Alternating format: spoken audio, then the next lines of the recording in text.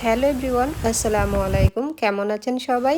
কাছে অথবা দূরে, দেশে অথবা প্রবাসী, যে যেখান থেকে আমার ভিডিওটি দেখছেন, আশা রাখছি আল্লাহর রহমতে সবাই অনেক বেশি ভালো আছেন, সুস্থ আছেন। আলহামদুলিল্লাহ, আমরাও ভালো আছি। নতুন আরেকটি ব্লগে সবাইকে ওয়েলকাম করছি। আশা রাখছি সবারই অনেক বেশি ভালো লাগবে। আজকে সকালে আমার ছেলের জন্য একটা হালকা নাস্তা বানিয়ে দিয়েছিলাম। তারপরে তো একটু পার্কে গিয়েছিলাম। বাসার সামনেই কিন্তু পার্ক ছিল। তো পার্কে মাঝে মধ্যে যেতে অনেক বেশি ভালো লাগে।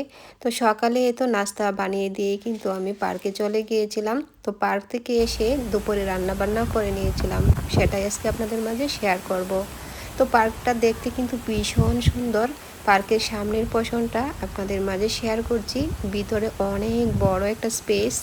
আমি শুধু সামনের পোর্শনটা আপনাদের মাঝে শেয়ার করছি। পার্কের কিন্তু অপর সাইডেও আরও অনেক স্পেস রয়েছে। এখানে দেখতে পেলাম অনেক মানুষের সমাগম, তাই আর সেদিকে আর যাইনি। এখানে দেখতে পেলাম অনেকে হাঁটাহাঁটিও করছে। আর এটার ভিতর দিয়ে সামনে কিন্তু হাই স্ট্রিট আছে, এখান দিয়েও যাওয়া যায়।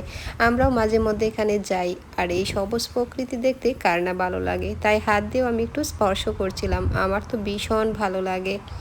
আর এখানে এই সবুজ দৃশ্যগুলা মাঝে মধ্যে দেখতে খুবই ভালো লাগে। ভাবলাম আজকে আপনাদের মাঝেও শেয়ার করি, আপনাদেরও হয়তো বা ভালো লাগবে।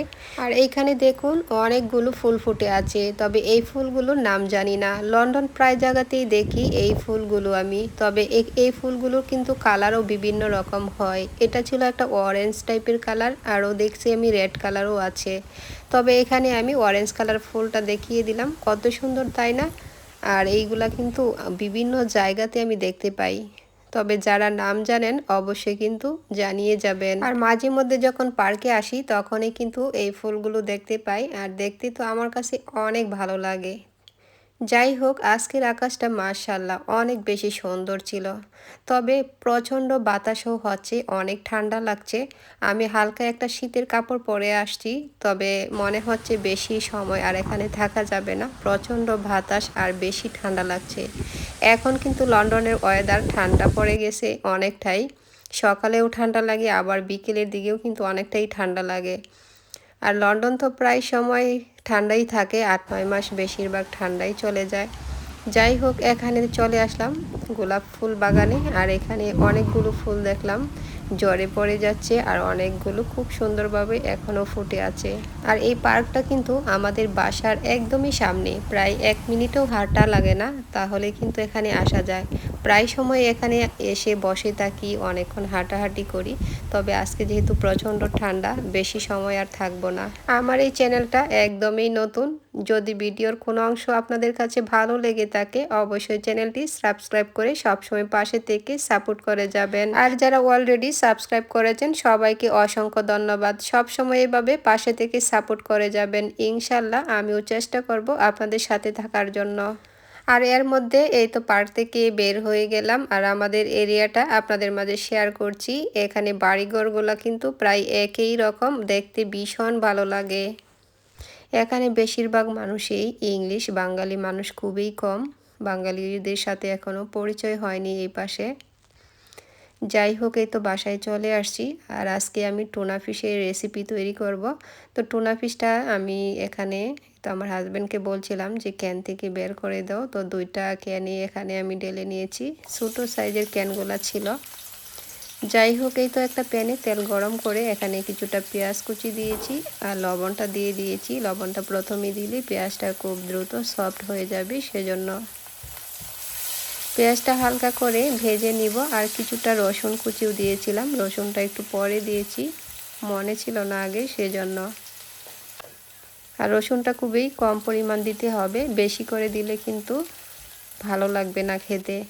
আর এখানে একটা টমেটো কুচি করে দিয়েছি। তো টমেটো দিলে আর কি অনেকটা ভালো লাগে খেতে। আর হালকা করে কিছুটা আমি গুঁড়া মশলা দিব।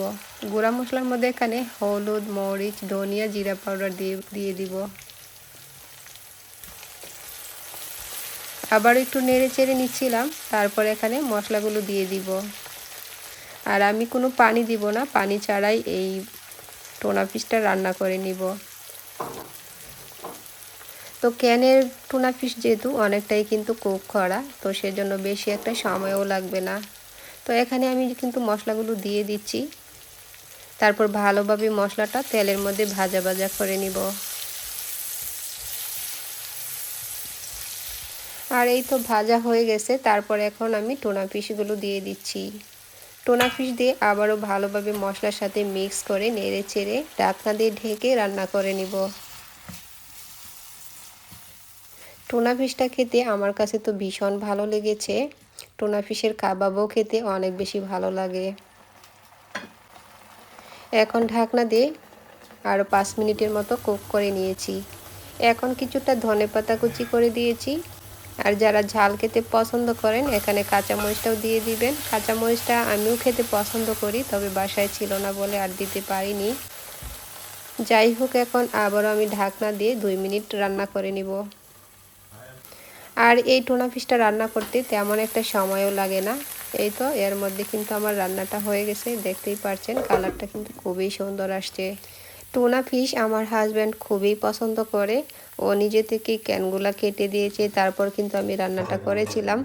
আর এখানে রান্না করছি পুঁই শাক দিয়ে চিংড়ি মাছ, সাথে কিছু আলু কুচি করে দিয়েছিলাম।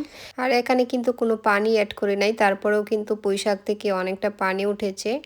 আর এই পুঁই শাক দিয়ে তরকারি বা পুঁই শাক দিয়ে চিংড়ি মাছ দিয়ে শাক রান্না করলে আমার অনেক বেশি ভালো লাগে, অনেক বেশি ফেভারেট আর কি আমার এটা। আর এর মধ্যে কিন্তু রান্নাটা আমার হয়ে গেছে। ভাজিটা এখন একটা বাটিতে উঠিয়ে নিব। আজকের এই ভিডিওটি এখানেই শেষ করছি। নতুন কোনো ভিডিওতে আবারও সবার সাথে কথা হবে। সেই পর্যন্ত সবাই অনেক বেশি ভালো থাকবেন। ধন্যবাদ সবাইকে। আল্লাহ হাফেজ।